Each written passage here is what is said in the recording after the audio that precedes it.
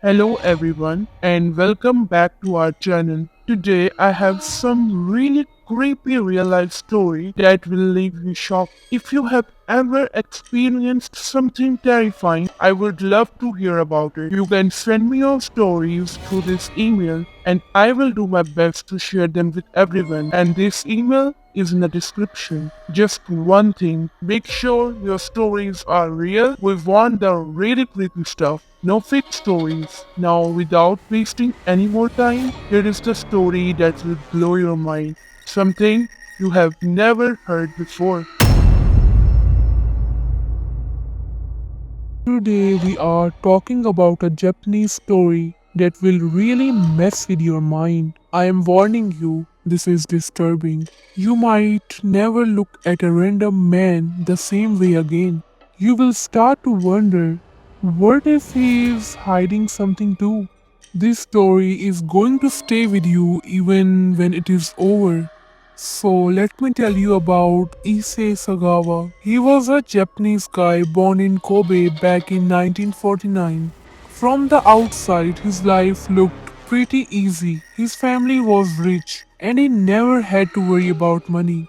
But he was always weak and small because of health problems. He looked quite shy, the kind of person who just loved reading books and writing poetry.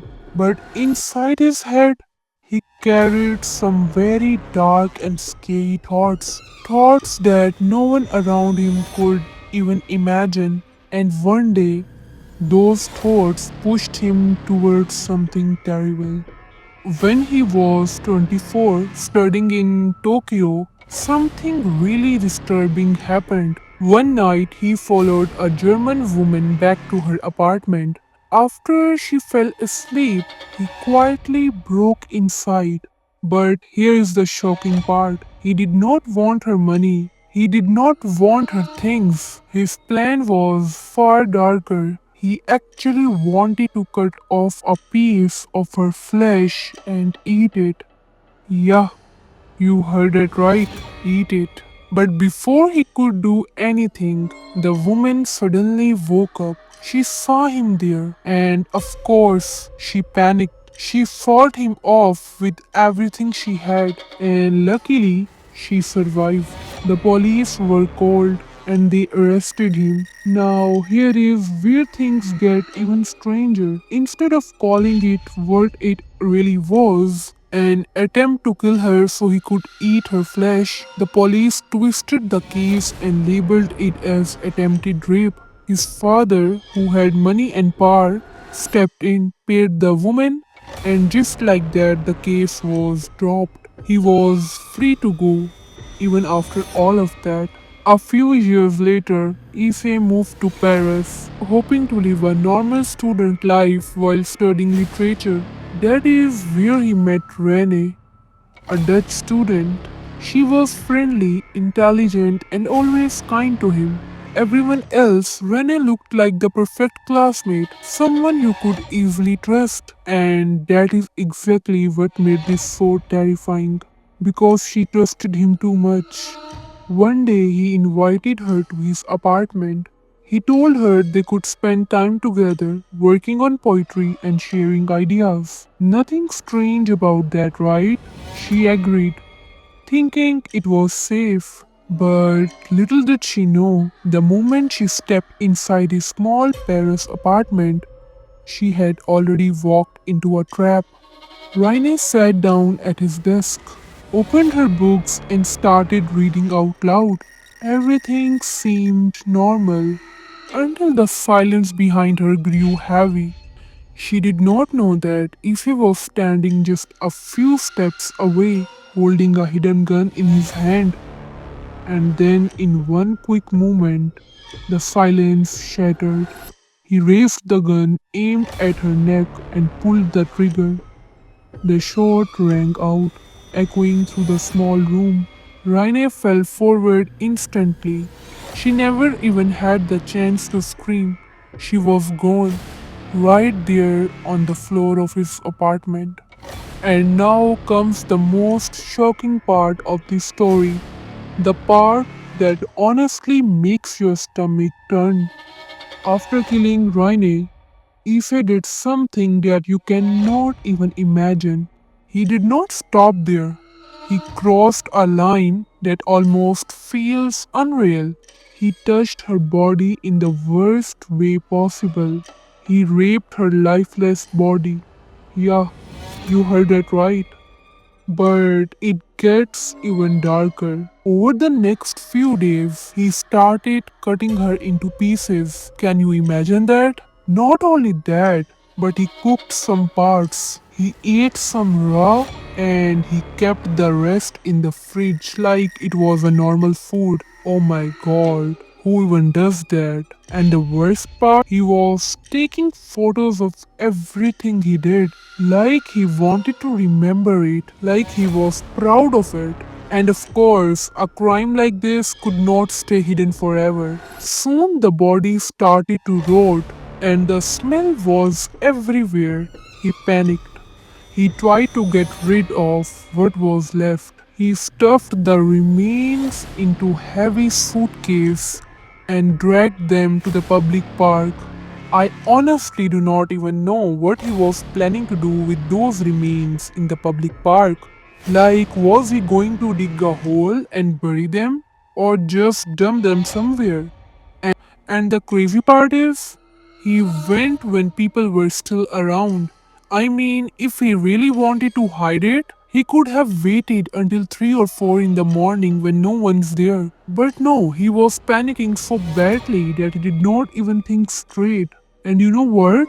I am glad he messed up because that panic is exactly what got him caught. But here is where his evil plan ended. People saw blood dripping out of the bag.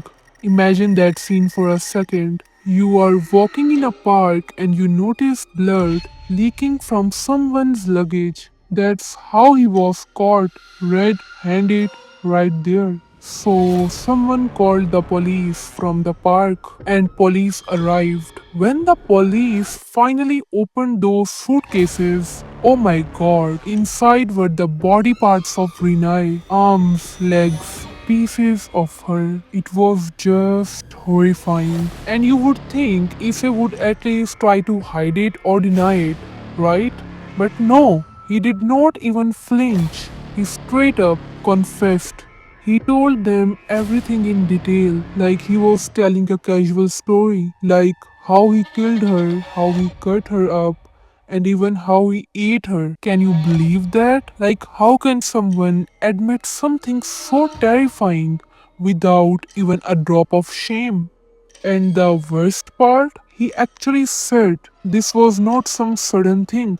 It was something he had always wanted to do. This was his dream.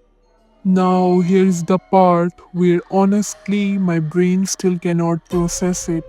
You are thinking, finally he will go to jail forever, right? But no, French doctors stepped in and declared him insane. They said he could not handle a trial, so instead of rotting in a prison cell, he was sent to mental hospital. Can you imagine that?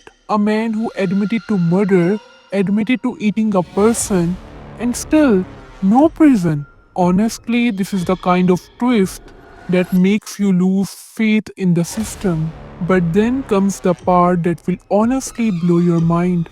Just 2 years later, France quietly sent him back to Japan. And here's the crazy thing, Japan asked France for the legal document to actually put him on trial, but France never sent them. Can you believe that? Because of missing paperwork, the trial could not happen. And guess what? Japan did next. Their own doctor checked him and said, "Oh, he's completely fine now, he's sane." Which basically meant no hospital, no jail, nothing. So just like that, he walked free. A man who killed, chopped up, and ate a woman, free to live his life like nothing happened. And this is the point where you just sit here thinking, wait, how? How can the system feels this badly? Honestly, it feels less like reality and more like some sick horror movie. Issei did not go into hiding after all this. Nope. Instead, he turned himself into this weird, twisted kind of celebrity. He wrote books describing every detail of what he did. He showed up in documentaries, magazines, like some sort of star. Can you imagine? A murderer being treated like a guest on a talk show? And the craziest part, he actually made money off it, fame and cash, all from something that should have put him behind bars forever. He lived for decades like that, but in the end, time caught up. He got sick, suffered a stroke, and spent his last year in a wheelchair. Finally, in November 2022, pneumonia took his life. He died at 73. And that's it. A man who killed and ate another human being, but somehow managed to live most of his life free, openly talking about it like it was just another story. So, what do you think? Should he have faced real punishment? Or was the world just too stunned, too messed up to deal with someone like him?